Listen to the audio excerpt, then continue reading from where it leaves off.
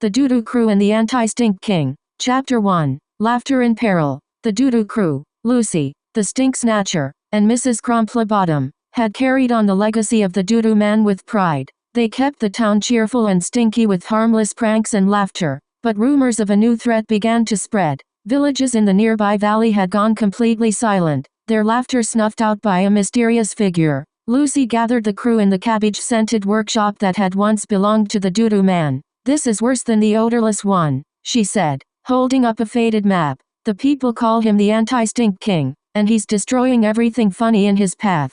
Mrs. Crumplebottom frowned. "We've faced villains before, but this is a tyrant." The Stink Snatcher nodded. "Then we'd better stock up on beans and garlic. We're going to war." Chapter 2. The Anti-Stink King revealed. The crew set off toward the valley, determined to confront the new threat. As they approached, the air grew unnaturally clean, and an eerie silence blanketed the land. In the center of the valley stood the Anti-Stink King, a towering, regal figure clad in shimmering silver armor that reflected the sunlight. His crown glowed with an unnatural, sterile light. The Anti-Stink King raised his hand, and the crew felt a wave of intense, odor-neutralizing energy. "I am here to rid the world of stink and silliness," he declared, his voice cold and commanding. "Humor is chaos, and chaos has no place in my perfect kingdom." The Doodoo crew exchanged worried glances. This enemy wasn't just powerful, he was determined to erase everything they stood for. Chapter 3. The Plan. Back in their temporary hideout,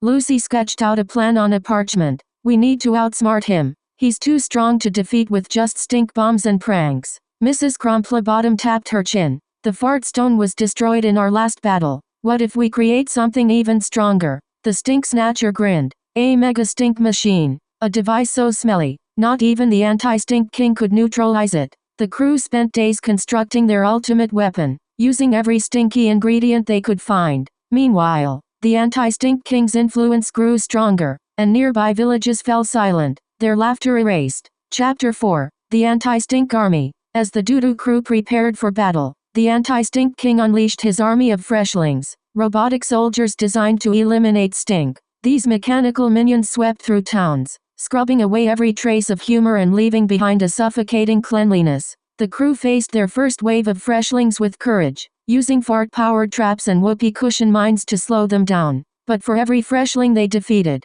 two more seemed to appear. "This isn't working," Lucy said, wiping sweat from her brow. "We need to take the fight directly to the Anti-Stink King." Chapter 5. The final battle begins. The crew launched their assault on the Anti-Stink King's fortress, a massive, sterile palace perched on a hill. Armed with their mega stink machine, they stormed the gates, using every prank in their arsenal to break through the defenses. Inside the palace, they found the Anti-Stink King waiting for them in a throne room of blinding white. "You've come to fail," he said, rising from his throne. "Your stink and silliness are no match for my order and perfection." The crew activated the mega stink machine, unleashing a torrent of noxious fumes. But the Anti-Stink King raised his glowing scepter and neutralized the stink with ease. Chapter 6. Trapped. With the mega stink machine destroyed, the Doodoo crew found themselves cornered. The Anti-Stink King's scepter glowed brighter as he prepared to deliver the final blow. "This is the end of your foolish rebellion," he said.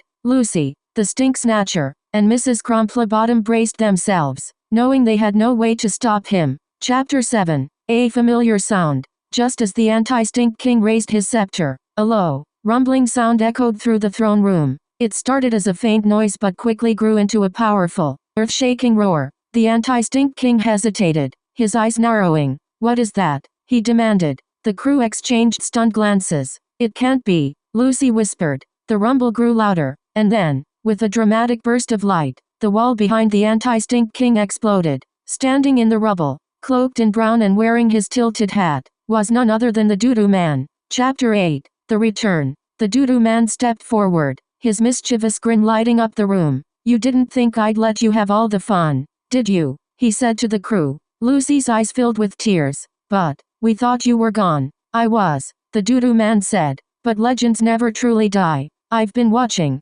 waiting for the right moment to return." The Anti-Stink King snarled. "You're too late, old fool. I've already neutralized your stink." The Doodoo Man chuckled. "Oh, you haven't seen anything yet."